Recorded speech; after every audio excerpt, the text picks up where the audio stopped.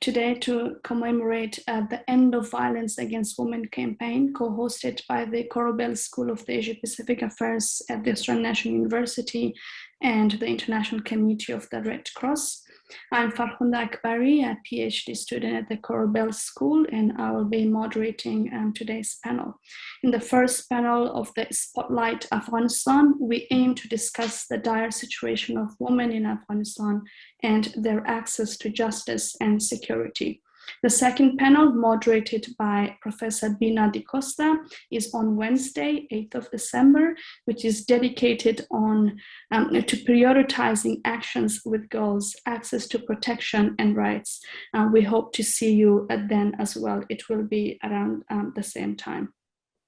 Afghanistan has been on the top of the chart for the worst place to be a woman for many years, as the conflict has spanned for over 43 years, with different regimes taking different approaches to women's rights, their access to justice and security.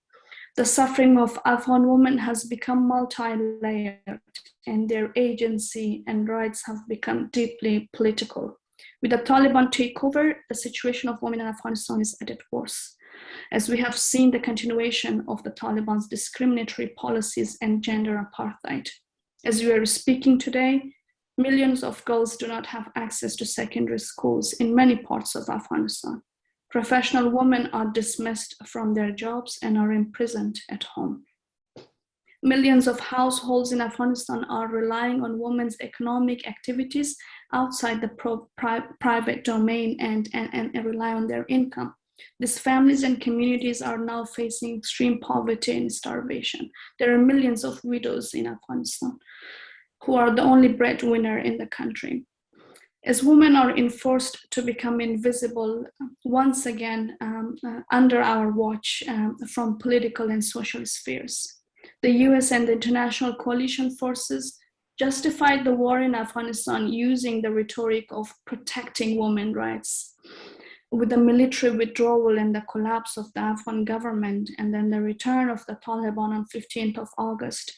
Today, with the presence of three brilliant speakers, we are exploring the questions that what is the responsibility of the international community? What roles would human rights defenders and practitioners play in supporting women and girls in Afghanistan? I would like to warmly welcome and thank our speakers, Dr. Habiba Sorabi, Ms. May Maloney, and Ms. Samira Hamidi. I'll quickly read the bios of our brilliant speakers for you, which most of you probably already know about them. Dr. Sorabi was a member of the Afghan government's negotiation team and a former deputy chair of the High Peace Council and a reformer in the post-2001 Afghanistan. In 2005, she was appointed as the governor of the Bamiyan province, which made her the first governor in the entire country. She previously served as Afghanistan's Minister of Women Affairs, as well as Minister of Culture and Education. Dr. Sorabi has been instrumental in protecting and promoting women's rights in the country. Welcome, Dr. Saib, if you're here. Ms. Samira Hamidi is a regional campaigner for Amnesty International, South Asia Regional Office. Her work focuses on human rights, peace process, women's rights, and transitional justice issues in Afghanistan. Previously, she has worked with the EU delegation in Afghanistan, the Norwegian Embassy, UN Women, and the Sweden Embassy as a freelance consultant focusing on human rights, women, peace and security, and the civil society issues. Welcome, Ms. Hamidi. And Ms. May Maloney is the deputy head of the Addressing Sexual Violence team for the Icrc based in Geneva. She has over a decade's experience addressing sexual and gender-based violence, gender and diversity, and social inclusion in the human rights, community development, torture, and trauma in the humanitarian field. Her work focuses on the technical field, support and leading the sexual violence team's humanitarian and diplomacy priorities, operational research outcome, and external relation. Welcome, Ms. Maloney. I would like to mention that there is a slight change in our event today. Dr. Sarabi was called in an urgent meeting. She might only be able to join us for 10 minutes to give her remark and her answers. I will just check quickly if she's here yet. She's here. She's joined us, yeah. Okay, okay. Thank you, Dr. Saib, for stepping out of the meeting to give us your time. I will ask 2 questions, and if you have time, please answer them in 5 to 10 minutes. The first question is, you have been one of the handful women serving in key leadership positions in Afghanistan. Could you please share your insight about the broader context of women's rights in the country? And my second question is that about the peace process. There were no women in the Taliban's delegation in the so-called peace negotiation that began in September 2020. There were only 4 women from the 21-member delegation of the Islamic Republic of Afghanistan, which you were one of them.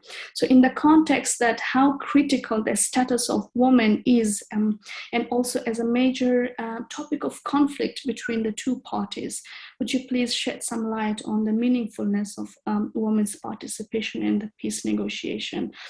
This question might not seem relevant at this point of time, but we would like to understand how meaningful and how critical women's participation in the peace processes is that we hope we would witness in the future in Afghanistan. Dr. Saib, the mic is yours.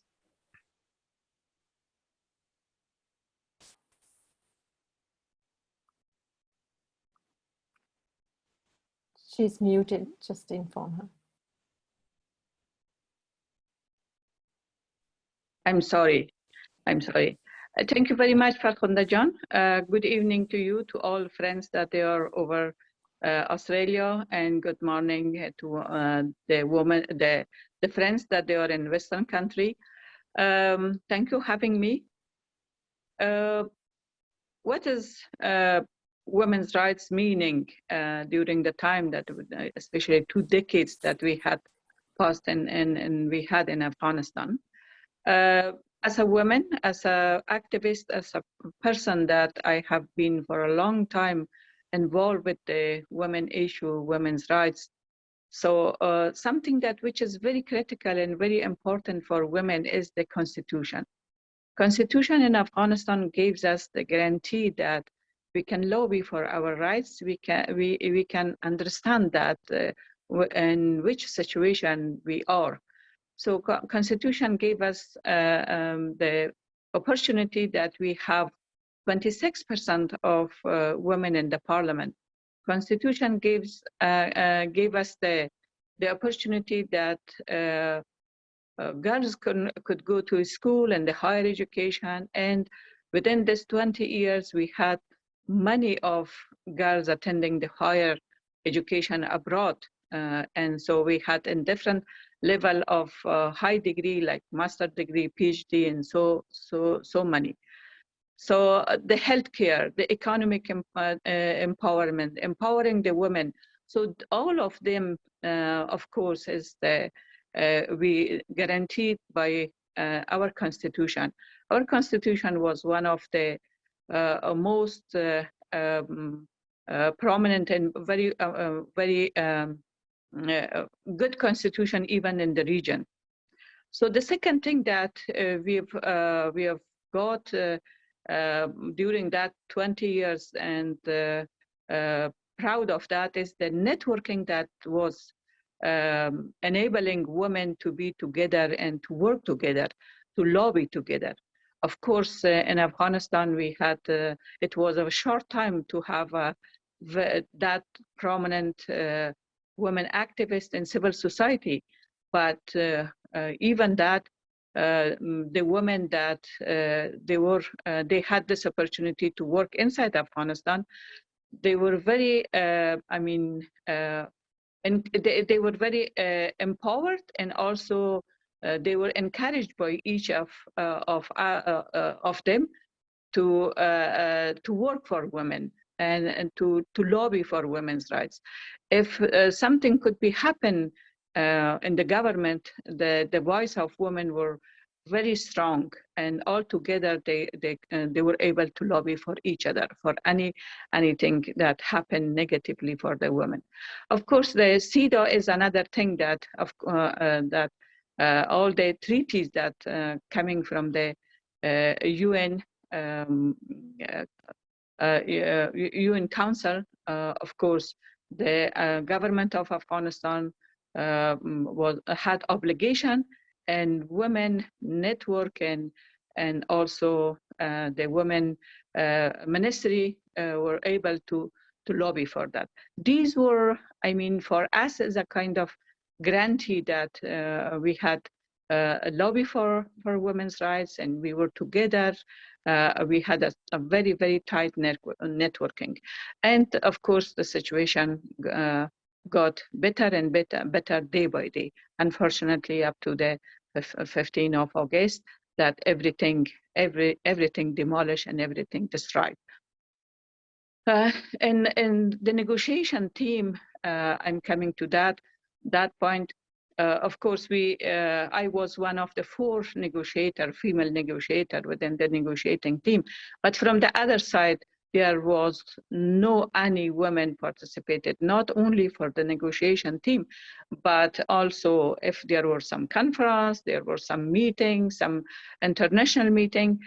From our side, there were women that participated in the negotiation, and although also to the other conferences that was holding for peace dialogue or peace talk or peace negotiation. But there was no any single woman from the Taliban side to participate on the peace process. What was the reason of that? The reason of that is that Taliban don't believe to women's rights. They think that they are taught, and their mentality is that women are just the people or the gender that they have to stay home, make facility for their husband, make facility for their male member. So this is their mentality. Even our friend and you have seen through some debate that it's sometimes going on in the inside Afghanistan on the TV. Some of the Taliban members are saying that, what does it mean that women could go out into work? So they don't have the capability.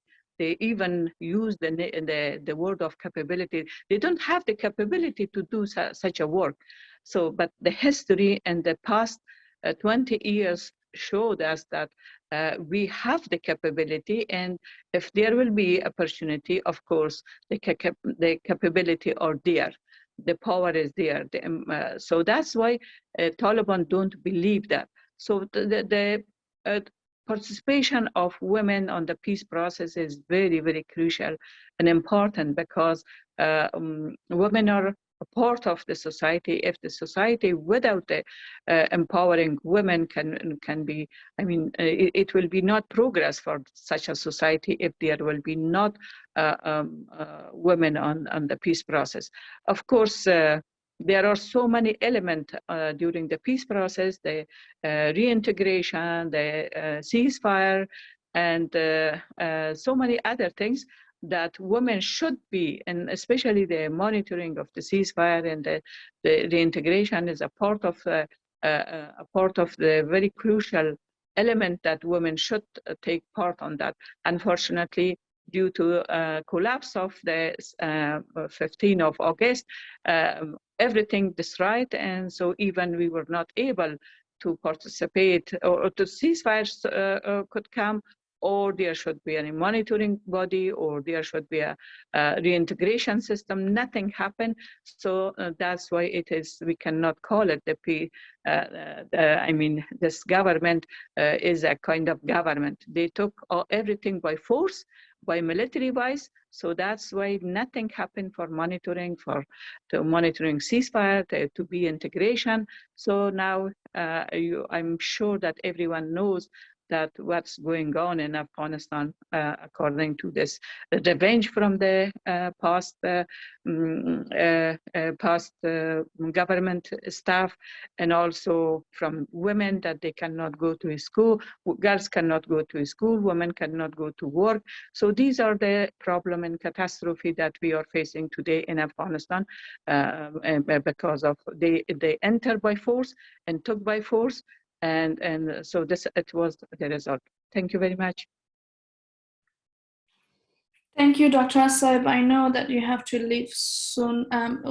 If you have any final remarks, please take your time and go ahead. Thank you, Farkhunda Jan. I want to appreciate and thank from all the sisterhood sense that is still existing among the women in different areas, from the West European country up to Australia, New Zealand, everywhere, or United States even. Canada. So if all the women everywhere that they are supporting women in Afghanistan, they are always raising, having the voice of women. It's something that we always need the support, especially women that they are inside the country, because there is no opportunity for them to have their voice, and there are a lot of boundaries from Taliban side. So please remember the women that they are inside Afghanistan, and especially the poor women that they are the breadwinner of their families. They are the people that they were the only one that to have income for their family, but now they are staying at home doing nothing. So please remember and take some step for that how we can support these women that they are inside the country. Thank you. Shakur. Thank you very much, Dr. Aseb. Thank you for joining us. You're most welcome. I'm sorry, my apologies for that, because that meeting happened, I mean, very quickly, so I couldn't postpone or cancel that. Dr. Aseb. Thank you again for your time. My second question goes to Ms. Samira Hamidi. Could you please provide us with an overview of women's rights in Afghanistan during the international community's interventions? What were some of the meaningful advocacy efforts that took place nationally and internationally? Thank you, Farkhunda Jan. Thank you for the invitation, and I really appreciate this timely webinar discussion on the situation of women and girls in Afghanistan. I just want to basically add on what Dr. Sarabi has already shared with us in terms of what happened to women's rights in Afghanistan in the last 20 years. But just before maybe referring to the 20 years, I just would like to build on this narrative that women's rights in Afghanistan is not a legacy of the 20 years of international community's presence in Afghanistan. Women's rights has been something that existed in Afghanistan. There were discriminations and there were efforts. There were women movement, there were women in different fields who were pushing for equal opportunities and equal participation of women and girls in Afghanistan. Of course, with the civil war and Taliban period, women were completely washed out of the space in Afghanistan in the 90s, whereas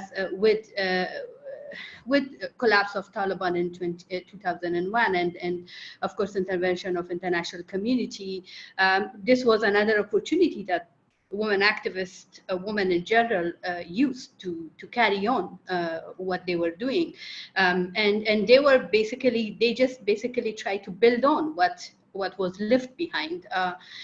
When we talk about constitution, the 94 Constitution is not the only constitution that actually promoted women's rights or actually supported women's rights. Earlier constitutions had similar kind of messaging and similar kind of I would say, a support mechanism for women's rights in Afghanistan and other laws and legislations. Coming back to 20 years, I think the national and international advocacy had its different phases, and there were different opportunities that were used by women in general in Afghanistan, particularly those women who were on forefront of the work, women who were activists, women who were part of the system, who, like Dr. Saif Sarabi, she used to be a governor, and she ran for a presidential, election as a vice president, and then of course she played a prominent role in the peace negotiations that unfortunately did not result in a positive manner. Women played a massive role in influencing the constitution-making process in Afghanistan. Women were part of consultations, were part of discussions where they wanted to make sure that the 94 constitution actually addresses the equality between men and women. And whenever we used to refer to Article 22, that Article 22 had not done automatically. Nobody was in favor of it. There was a lot of advocacy, a lot of push, a lot of risks that women take to make sure that that article, for example, happened. Similarly, there have been different laws and legislations in different periods of time in the last 20 years, where women advocated heavily to make sure that they are gender sensitive, that they address the needs of women. For example, in the elimination of violence against women law, for the first time in Afghanistan, criminalized domestic violence, which was a huge achievement for for women in Afghanistan. Similarly, when linking to the existing violence and discrimination against women and girls, the women shelters, for example. Without presence of women shelters in 20 years, I don't think Afghanistan would be in a different position when it comes to violence against women. These shelters played a massive role in ensuring that women are protected, that women are provided with legal support, with psychosocial support. And then, the presence of women in courts and legal system, as lawyers, as prosecutors, as judges, added to the support mechanism that women needed in Afghanistan.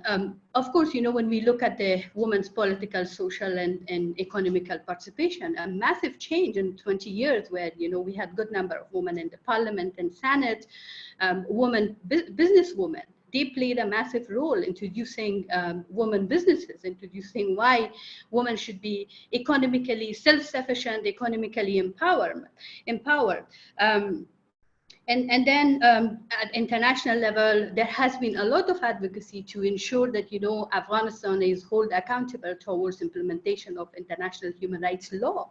Reporting on, for example, Dr. Saif Sarabi referred to CEDAW.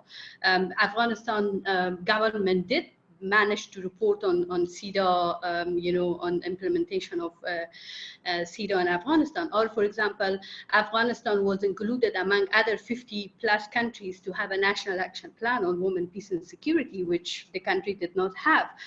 So these were all made possible with intervention, with advocacy, and with a lot of, I would say, internal efforts. Of course, initially, women did not have the capacity that they are having today. We did not have a lot of women holding PhD degrees, master degrees, being part of, political sphere, being part of solutions. But then I always refer to the 20 years as an important opportunity where those women who had the opportunity, who actually took a lot of risks to contribute towards development in Afghanistan. I wouldn't really say everything was perfect for women in 20 years. I wouldn't say that girls were using education system all over the country. I wouldn't say there wasn't discrimination, there wasn't violence, there wasn't sexual violence. I wouldn't say everything was there. But then parallel to that, there was a movement. Parallel to that, there was a lot of push. Parallel to that, there was a lot of advocacy, nationally and internationally, making sure that the life changes and improves for women. I'll stop here.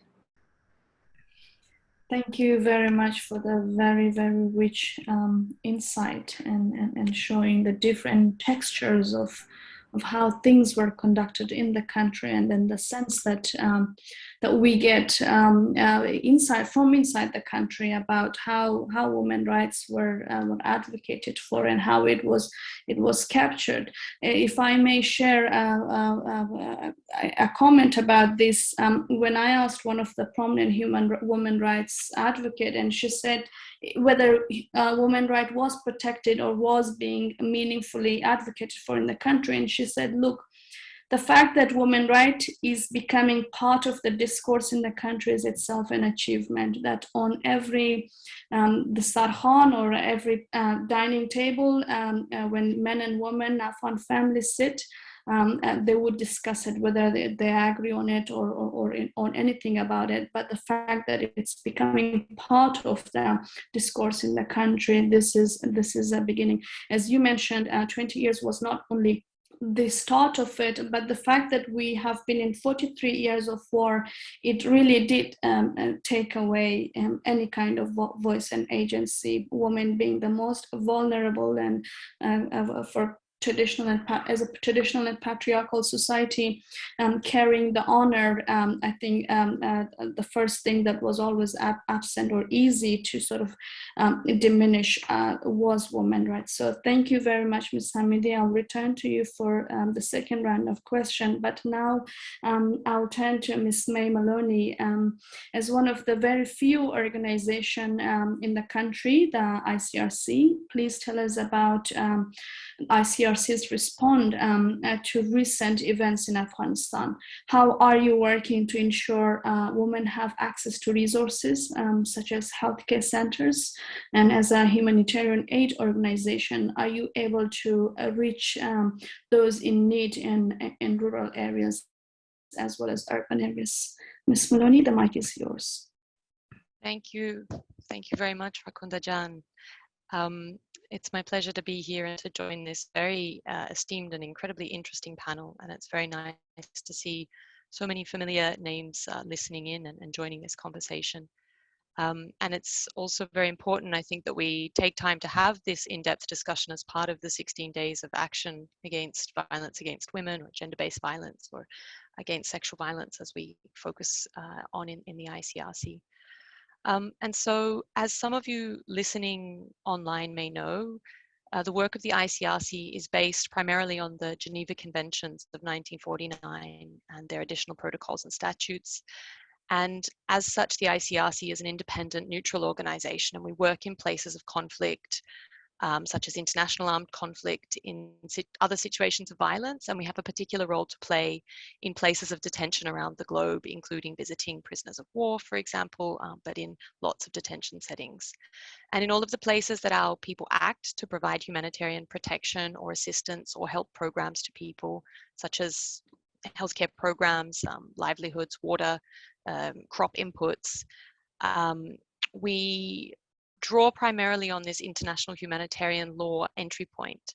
But I would just like to link to the comments that have just been made and say that in particular in relation to women, peace and security and to international human rights law, we do see very clear linkages between international humanitarian law protections against, for example, sexual violence and other forms of discriminatory acts that are gendered, and linkages to for example, CEDAW and other human rights frameworks as complementary bodies of law. And so there is quite a fluid connection that I think needs to continue to be made between all of these bodies of law and these entry points that remains important. And in terms of our work in Afghanistan, the Icrc has worked in rural and urban areas of Afghanistan for more than 30 years. We presently have about 1,800 staff across the country. And of course, they continued in their daily work even throughout the period of August and continue to do so.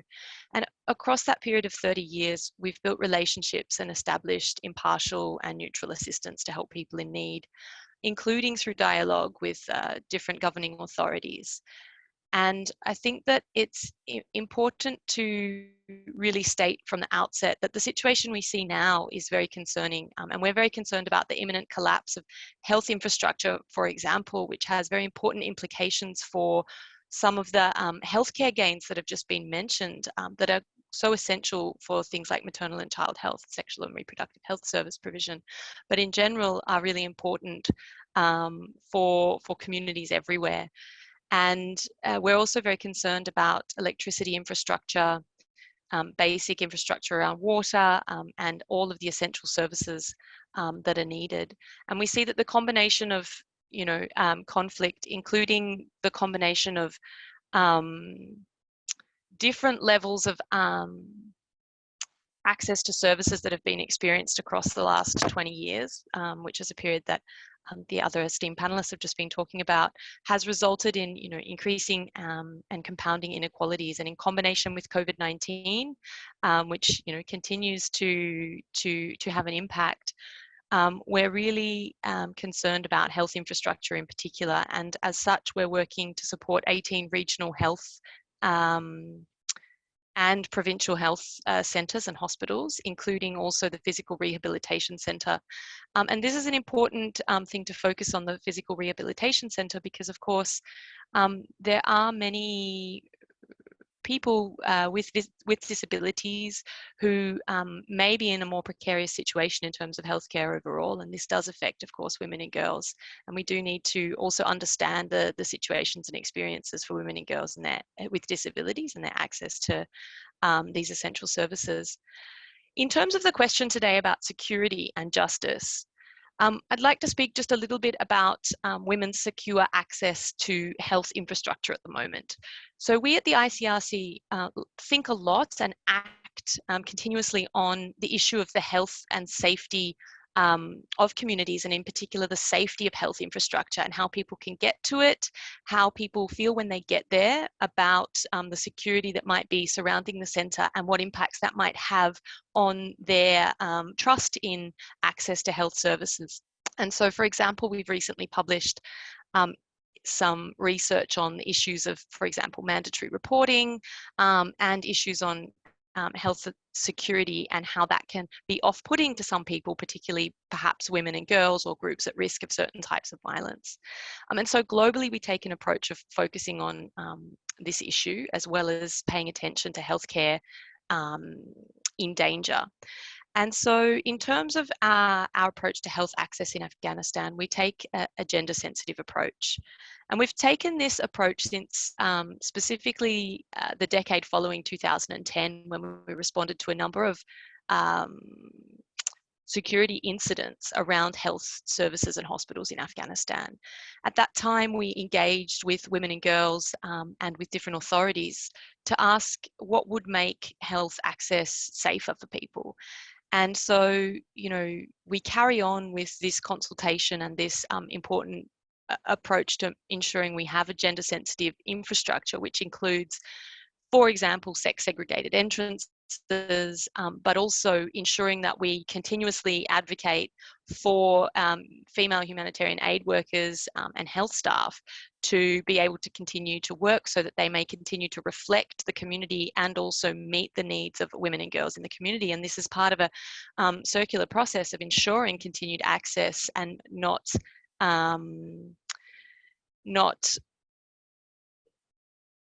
creating further challenges where there may be diminished access, for example, for women and girls to society, to public health, or to infrastructure. So this is a very important approach that we continue to take. And in addition, we have a long-standing focus on supporting widows in Afghanistan. I think Dr. Sorabi mentioned the situation for widows, in particular the resources and capacities that are there, but also the security concerns that exist for widows.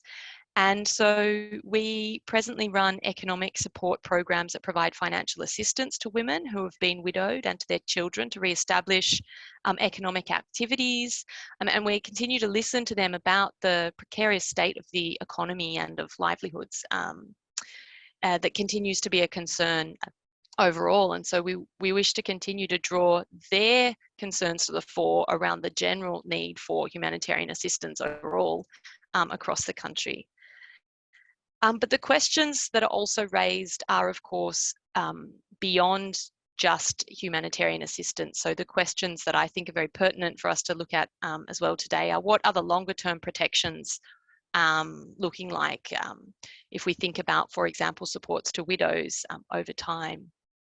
What is the evolution there? So I'll just leave that out there as a question for this WISE group. And I will, I guess, state that the limitations of our action are not in fact limitations. It's just that we continue to respond to the most urgent humanitarian needs that are there, and our focus is very much on neutral and impartial humanitarian action. But humanitarian organizations are only part of the solution, as I said at the beginning. And so given that nearly half of the population was already in need of humanitarian protection before recent events unfolded, we do see that that number is rising, and nearly half of Afghans are currently facing serious food insecurity. And we know that this has gendered impacts, of course, because it's compounded by existing inequalities. So thanks so much for this question. I'm happy to answer more about ICRC's approach later on. Thank you so much, May, for the insight and sharing ICRC's work. And as an Afghan, I also want to thank ICRC for their work. As a child, I'm familiar with the logo of ICRC, seeing with the logo of ICRC and with the logo of UN, not knowing anything about the work or the details, but knowing that that's protection, that's something that won't harm me. So it's wonderful that despite however things get bad or okay in Afghanistan, ICRC will continue its work and helping those in need. I'll turn to Ms. Samira Hamidi for the second round of question to our participants. If you have any question from our speakers, please write them in the chat box, and within just next 5-7 minutes, I will take questions from the audience. Ms. Hamidi, the human rights defenders have been facing targeted killings. There have been enforced disappearances and assassination, especially in the last two years in Afghanistan, and as the peace process or the process of negotiations began with the Taliban. How should international human rights defenders and advocate build advocacy and strategies around a global campaign to be able to support and protect women's rights in Afghanistan in the current context of having the Taliban in power? Thank you, Farkhunda Jan. I think what needs to happen is, first of all, a realization that, whatever happened since 15 August in Afghanistan, there has to be an acknowledgement that, this is not a failure of Afghans only. It's a joint failure. It's an equal failure of international actors who were involved and engaged in Afghanistan for years. Unfortunately, what we are hearing since 15 August is that the government collapsed, the security forces didn't fight, and there we are with the Taliban, and we take no responsibility. This clearly shows lack of accountability and taking, ownership of this failure, I would say. And I think that's where the international human rights organizations, the international human rights defenders can entirely focus on holding their governments accountable for the failures that they have made in Afghanistan. Second bit is the commitments that the international community has made in Afghanistan. For years, women's group, at least since 2010, when the peace process started, when there was a National Peace Consultative Jirga in 2010, women has for 10 years continuously raised their concerns about today. What's happening today in Afghanistan is not something that we didn't know. What is happening today in Afghanistan is not something that the woman had not envisioned. or women had not advocated for it to be avoided.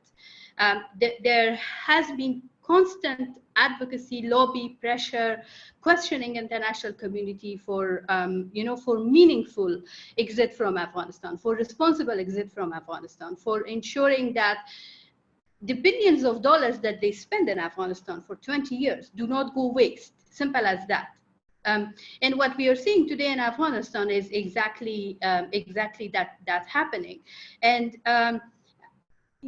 international community, despite of everything in the last 2 years, especially after the US signed the agreement with the Taliban, continuously made these statements that, women's rights is our priority, human rights is our priority. We are going to, continuously pledging funds and continuously talking about different programs, asking women to go and travel to European countries, to US, showing, I would say, some kind of fake commitments to women's rights agenda in Afghanistan.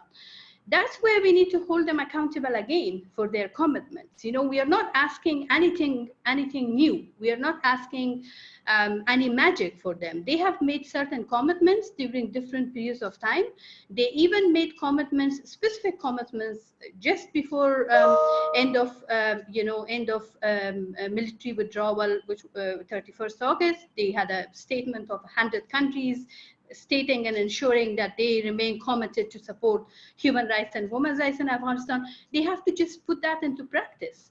And I think that's where international human rights organizations play a very, very important role, to question them, to hold them accountable through your, through your parliament members, through your hearing sessions, through different opportunities that you get in your countries. Because what you see in the news, because the way they speak to the media or the statements that are published is completely against the reality on the ground. That you referred to the 2 years of assassinations, that has not stopped today. Human rights defenders are still being attacked. Human rights defenders, women activists are still being assassinated. There's lack of accountability. There is no investigation. There is no way for these international actors, especially big players like the US, like Canada, like Germany, like Australia, like UK, to discuss about women's situation or human rights defenders situation in Afghanistan. It looks like it has become a least priority for them. Of course, looking at the terrible humanitarian crisis that Afghanistan is facing right now, that has become the top priority. It is important. It's extremely important. But at the same time, you cannot simply forget and ignore the fact that Taliban are still violating human rights of people. Taliban are still using violence against particular groups, especially when it comes to women and girls. And Taliban have not changed. What we see, what we had experienced Taliban between 96 to 2000, they are the same. Girls are not allowed to go to school. Women are not politically, economically, socially engaged. They don't have a government system themselves. They lack capacity to run the country. I don't think they were prepared. I don't think they ever thought that running Afghanistan after 20 years would be that easy. What I also want to say is that the Afghanistan Taliban lift in 2001 to the Afghanistan that they are governing right now is way different. There were systems in place, there were work going on, there were efforts happening, and then you just bring a militant group and hand over the country to them and tell them that, okay, we have to deal with them and we have no other choice, is a very wrong approach that the international community is either directly or indirectly trying to address, and I think international human rights organizations has to hold them accountable and has to keep following the situation and keep pushing for the human rights of people to do not vanish the way, unfortunately, it's happening right now. Absolutely, I absolutely agree with you. And other thing is that this whole belief in human rights, that this is not just a political tool used by countries to justify their own political military agenda. I mean, it's the very responsibility and role of international human rights defenders to hold them accountable and turn into it in a more meaningful way.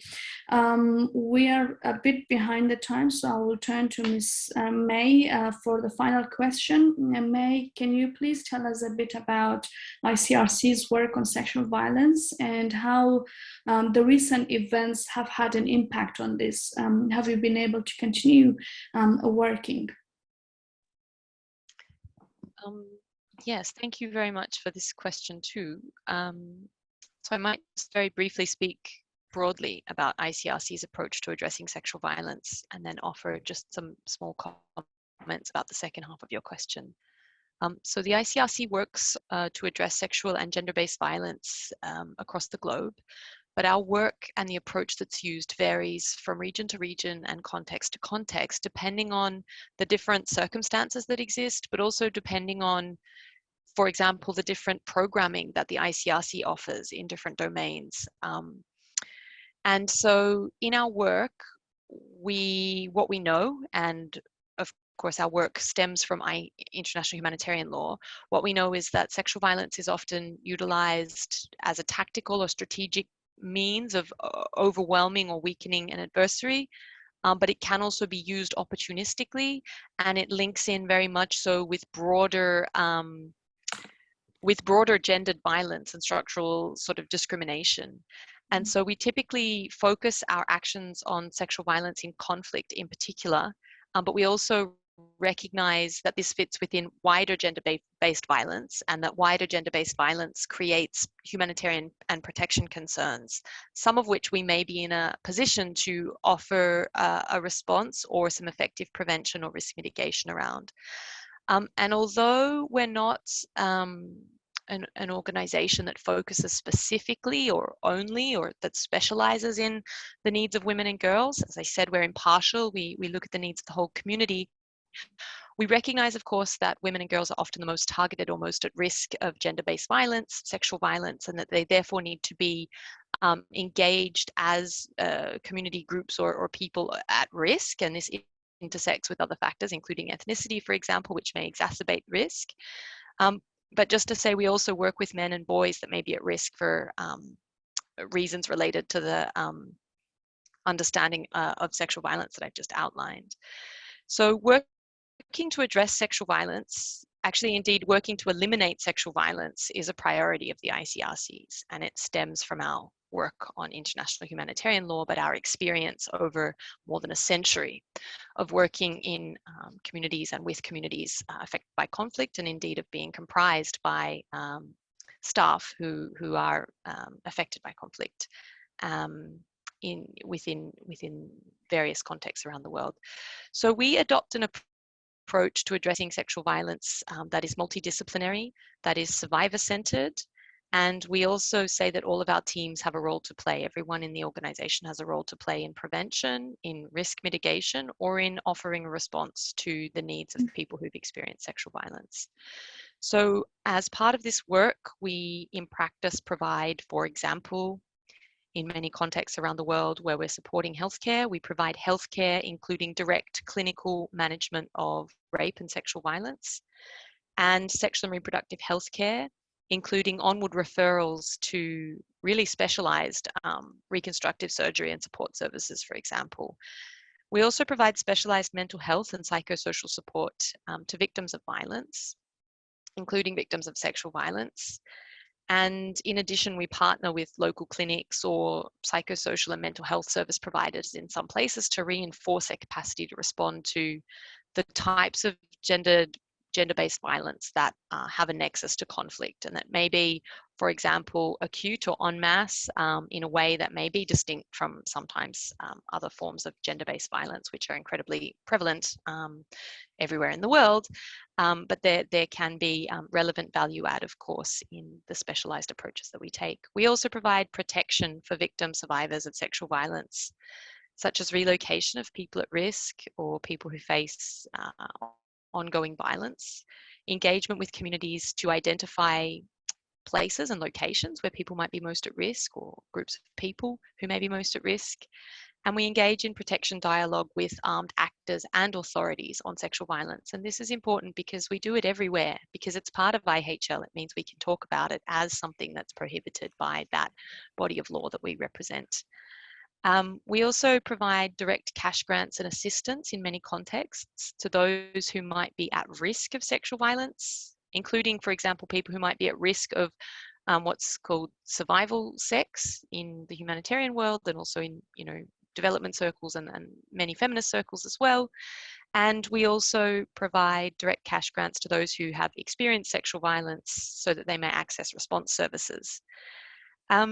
We include people in our economic programming. We ensure risks are mitigated in our water and sanitation services. And we, of course, interview detainees and detect risks in detention settings, which is a high-risk setting given the environment for coercive control and sexual violence. And so overall, I would say that survivor-centered and multifaceted response to sexual violence is always difficult. If we don't offer the response services, we work with others so that we can refer people to their services, and it requires us to work in coordination with lots of different groups of people and different agencies. And there's a direct link here to what was just said about the importance historically of, for example, safe shelters, because at the moment, for example, where there are limited safe shelters, there is therefore limitation on the ability to provide this holistic network and referral that many organisations band together to provide as part of protection against gender-based violence. And just very briefly, conscious of time, in terms of Afghanistan, we continue to monitor overall protection concerns. And we note that this coordination between different organisations and the ways in which different parts of, for example, civil society and humanitarian actors need to be supported to create an infrastructure for response. That's something that we advocate needs attention from the international community at the moment. Thanks. Sorry, that was a bit long-winded. Over to you. No, thank you very much for your very rich answers. I'll quickly take 3 questions from our audience. The first one is to Ms. Hamidi. It's an important question raised by my very dear friend Hila Najibullah, and her question is for Ms. Hamidi to reflect on the recent decree published about women's rights by the Taliban, and also how to engage with recent discussions on inclusive government. Ms. Hamidi, please take about 1 to 2 minutes to respond. Thank you, Farhanda John. Thank you, Hila John, for the question. I think I have been very careful in terms of, commenting on this recent decree that the Taliban have issued it, because, in one way, this is a very good strategy that somebody has apparently advised them to put it out, so that they mislead and they misguide the international community that, look, we are talking about women's rights. This is, we should not fool ourselves around such decrees and such statements. That's where my observation is on such decree. On the other hand, this decree is very home-based kind of things. Women or wives, so wives should be respected and their rights should be given, and then the right to marriage and all those things, which is great, which is fine. But at the end of the day, my observation is right to health, right to education, right to political participation, right to live as a human being, right to be an equal citizen of a country like Afghanistan, or things that Taliban have not spoken about. So this decree is just a misleading effort towards answering the international pressure, answering the international pressure that's coming, of course, from international community, as well as from all of us working in different platforms and different, international spaces, putting pressure. And I think what needs to happen is for international community, what needs to happen with the Taliban is that almost, it's going to be 4 months, and they have not opened up to meet women's group. They have not, they have not said yes to the calls of women who are in Afghanistan, who are working.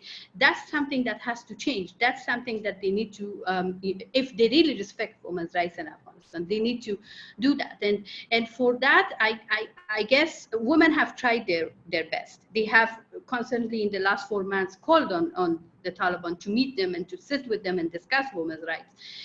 I think this can be also something that the international community should encourage the Taliban. That like, okay, you respect women's rights. How do you respect? Just an issuing a decree is not the solution. You need to meet, you need to engage, and then you need to discuss, how the inclusion is going to happen, how women will be part of the system where they are not at the moment. Thank you very much. I have another question for May from Professor Bina Di Costa. The question is that feminist scholars are committed to contributing to knowledge about violence against women and sexual and gender-based violence.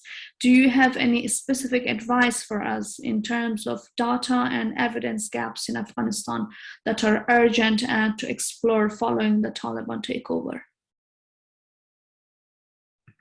Thanks so much, Bina. I'll tie this maybe to a partial answer to a question I can see from Susan Hutchinson, which is very interesting too.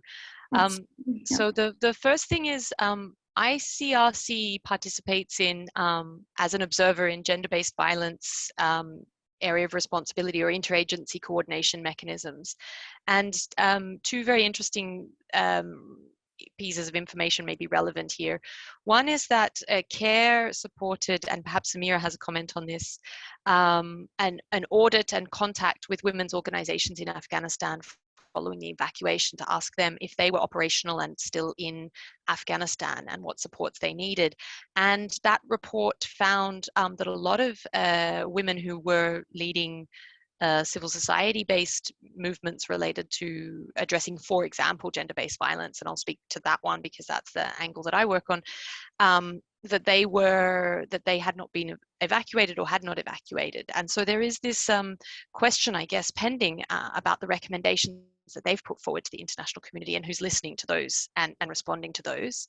And then the second is that the situation is, of course, extremely challenging around data sharing and data in general when it comes to issues of gender-based violence. And I think never more so than right now, given the challenges of safely collecting and analyzing issues around gender-based violence right at this point in time, to the extent, Bina, that it might be relevant to look at, for example, how the interagency standing committee and the cluster, the UN cluster system, has really recommended that it's so unsafe to collect data on gender-based violence, including specific types of gender-based violence and who is affected, locality, age, and further, health information or referral information. It is in fact so unsafe that they recommend that is not done right now. Thanks. Mm-hmm. Thank you. If I just quickly share a comment about Suzanne's comment on evacuation, that why we did not see many women. Of course, women have been at highest risk. My observation and what I heard from my friends were that in the ground, whoever it was, we saw the very heartbreaking images from the airport and how people were pouring and trying to board onto a flight. And it was more about the survival of the fittest, whoever could physically get themselves to the airport. I had my friends who are leaders at leading civil society in Afghanistan, whose lives are under great risk. Right now, they're underground. They went to airport 3 nights in a row, but they just could not make it because the men was everywhere. They were pushing and they were not able to board a flight, even though they had the right paperwork and then invitation from whichever host country. So that was just another mess and another failure that now the countries have to go through, that people who have been evacuated, who they really are, some are eligible and some unfortunately were not, and we have really left behind many women from the security sectors, from the civil society, whose lives were at risk, and then that very small window that was there until 30th of August for the evacuation to take place was closed, and everything was so fakely generated, and it was not meaningful, unfortunately. And yeah, it's very sad to see that these women now have sort of lost connection, lost their contacts with their people they worked with or with the countries, because they're just overwhelmed with the amount of application and everything else. I just thought to share that.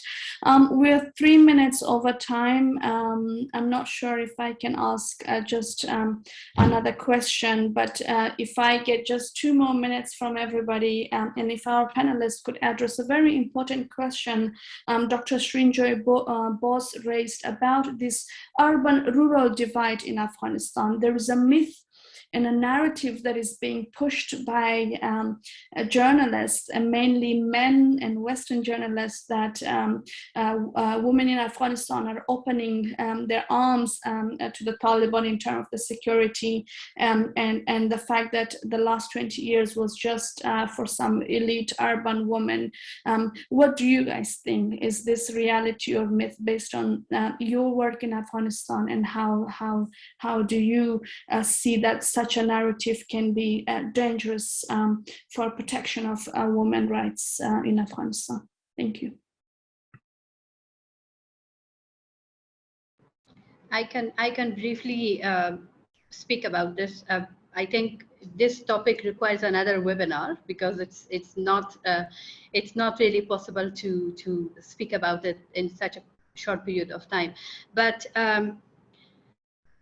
you know, one side of the story that especially the foreign journalists are bringing is the disconnect between the woman in the rural and urban. But the other side of the story, that why there was disconnect, what was the reasons, why women and elite women, why women who were leading in different parts of the country, in provinces where it was partially possible to do a lot of work, who did not manage to go to provinces which were insecure or was not accessible. That why is never addressed. You know, I, as an activist, that I have moved out of Afghanistan just 4 years back, I was traveling to provinces quite frequently. I remember coming from Herat in the morning, taking another flight and going to another part of the country in the evening. That used to be my routine when I was a consultant. Where it was possible, we were doing it. But then, you know, there was the other side of the story. It was insecure. It was not possible to have access. It was not possible to go and meet, you know, the situation and the woman, particularly in those corners of Afghanistan. And nobody is talking about that, including these international journalists. And for me, it's unfortunately one way of giving additional legitimacy and recognition to the Taliban, which is extremely wrong. That's why I say, you know, it needs another webinar to discuss in more details in depth that, you know, it has a lot of dimensions. Yes, there was a disconnect, but why was there that disconnect? Women were not, you know, resourceful. Women did not have access to a lot of resources. Women, security was a big issue. All elite women are not the same. I, as a woman who had my all family support to travel locally, internationally, another woman activist did not have the same lifestyle and opportunities that I have had. There were many, many things that, you know, people need to dig out before making such analysis. And that's why I found those analyses extremely disturbing and misleading. Yeah. Thank you. May, do you have anything to add? Okay, thank you very much. Thanks to our participants, and special thanks to our speakers.